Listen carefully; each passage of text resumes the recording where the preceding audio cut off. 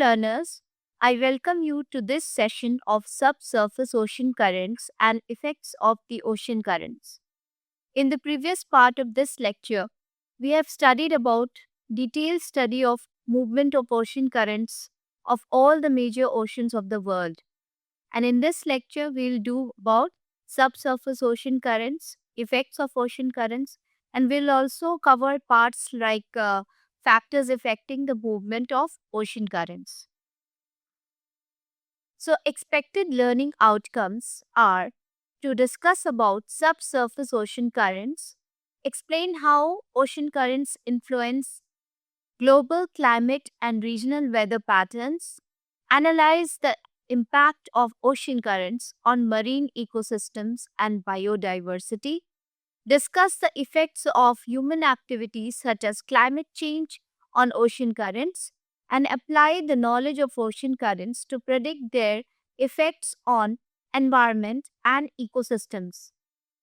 So, in the earlier sections, you have studied that surface ocean currents account for 10% of water in the upper 400 meters of the oceans.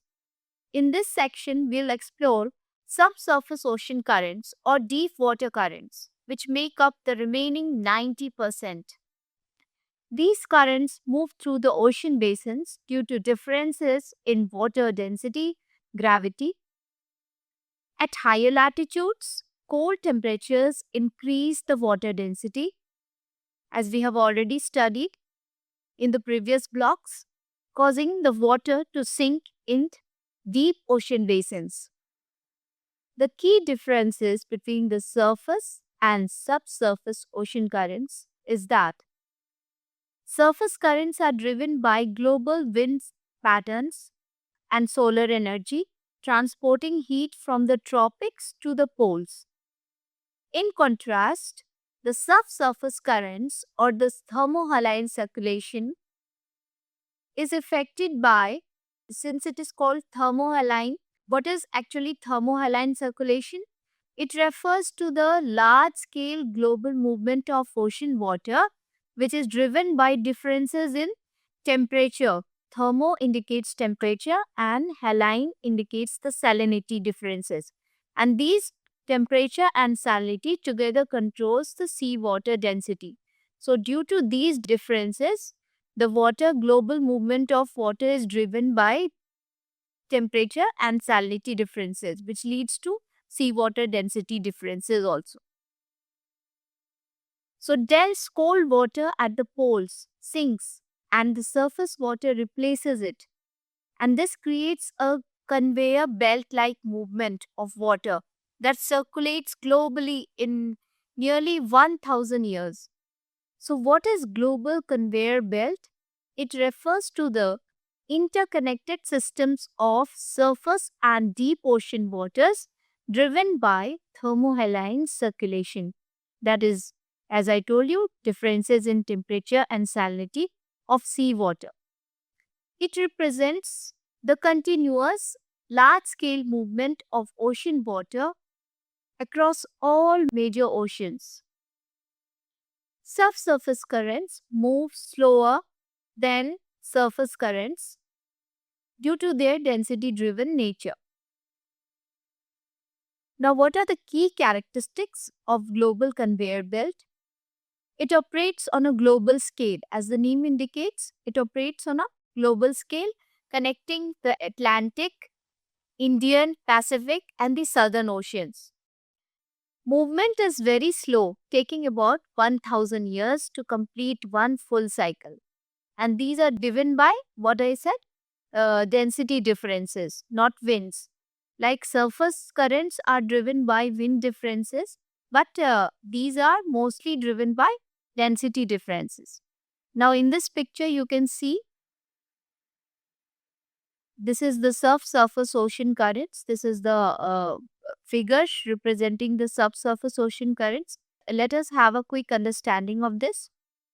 In the polar region, when the water freezes, when we studied the temperature, salinity, density, the physical properties of seawater, we studied that when the water freezes, salt does not freeze with it, increasing the water density.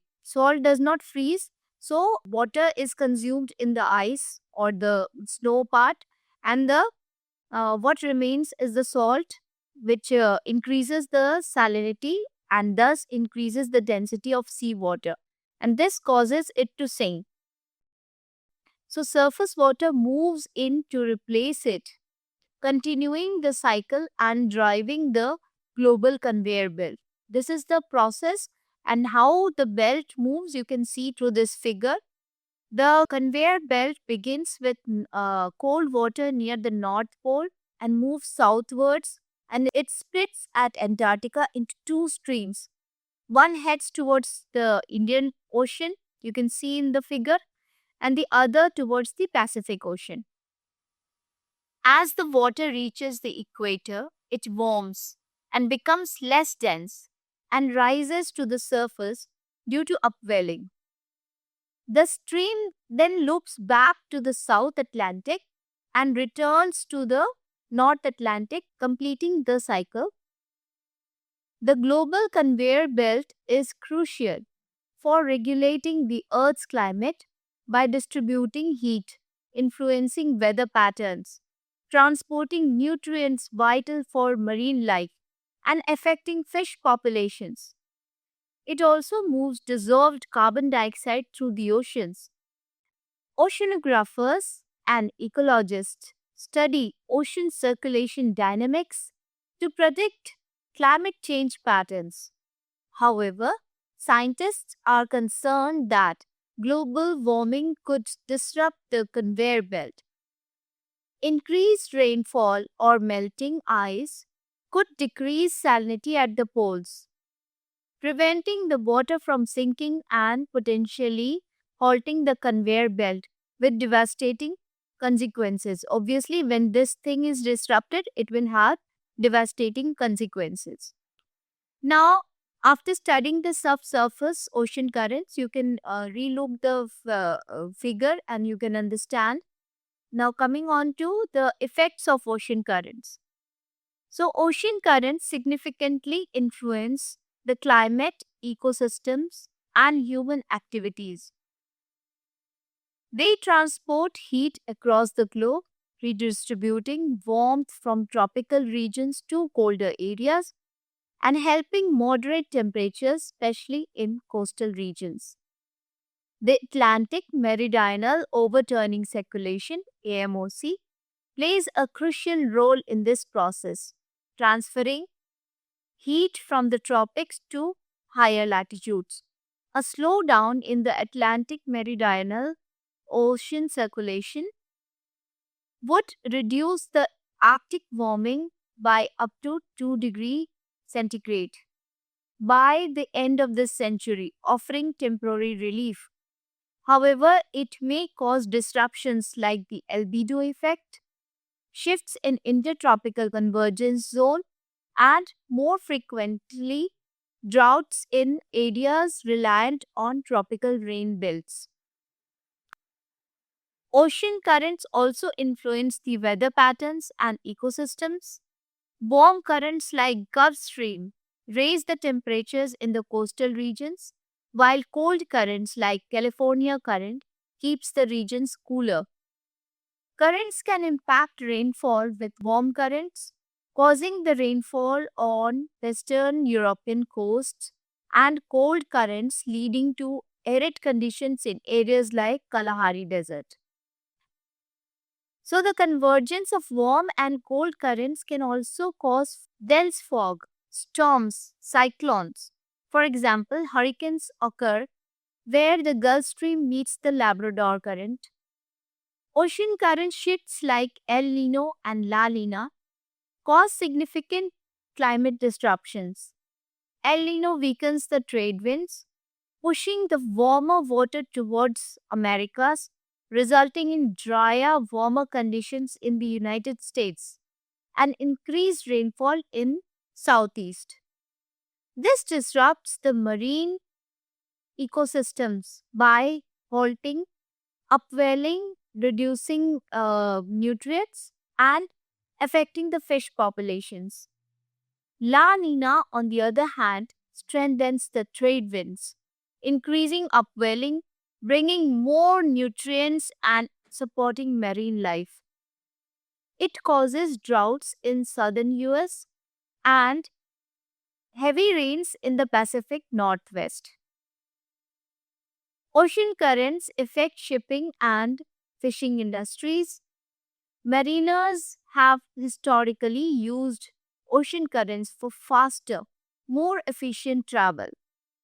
Modern vessels still rely on current monitoring for optimized routes, though technology has reduced the dependency on currents.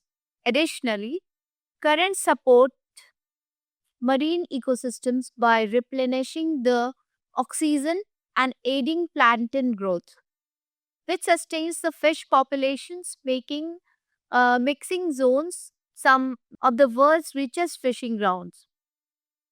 In conclusion, ocean currents are vital in regulating Earth's climate, weather, and ecosystems. Their influence extends to marine life and human activities, particularly in shipping and fishing.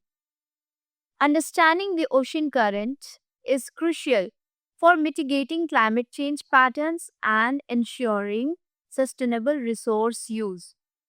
Now we come to the third section of this lecture, and we are dealing with factors affecting the ocean currents. This is the most important part because it will help you understand how the currents move across different oceans. While discussing currents in different oceans, we have explored the causes of ocean currents and learned the ocean currents are influenced by various factors such as wind, Coriolis force, gravity, temperature, salinity, and events like storms or earthquakes. So, let us start with the Earth's rotation. What effect it has on the ocean current? So, it causes the Coriolis effect. This effect is due to the rotation of Earth, due to which the ocean currents are deflected. In the northern hemisphere, the currents are deflected to the right, while in the southern hemisphere, they are deflected to their left. The equatorial current flows from east to west, while the counter equatorial current flows from west to east. Now, what are the oceanic properties that affect the movement of ocean water? And these are we have studied these things thoroughly in the block 3 of this course, like temperature, salinity, density differences in the ocean water, dry, thermal, and circulation. How the temperature affects? The warmer equatorial water is less dense and moves towards the cooler areas. And how the salinity affects? Higher salinity increases the water density, causing it to sink and contributing to deep ocean currents that ride the global conveyor belt. And how the density affects the cold and dense water sinks, creating vertical movements and driving horizontal currents, contributing to this global conveyor belt. Now, what role atmosphere has played on the movement of ocean currents? Let us understand. Global wind patterns influence the surface currents. In the northern hemisphere, you see the trade winds blow from east to west, pushing the surface water and creating a clockwise loop. In the southern hemisphere, the Coriolis effect bends the currents towards the left, forming a counterclockwise loop. You can revisit the figures and you can see how this is happening. Rainfall and evaporation also affects the movement of ocean currents. High rainfall reduces the salinity and density, causing the water level to rise. Similarly, evaporation increases the salinity and it leads to the sinking of water and creating both of these can create vertical currents.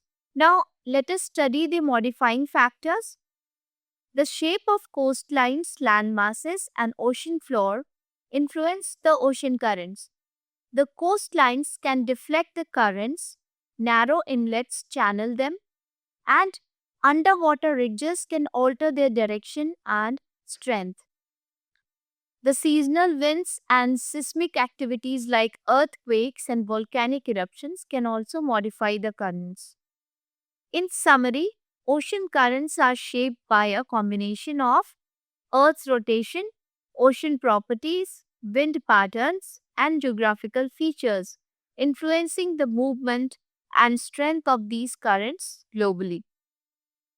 So, in this lecture, we have studied about subsurface ocean currents. We have studied the movement of the subsurface ocean currents through the figure. Then we have studied the effects of ocean currents and factors affecting the movement of ocean currents. Thank you.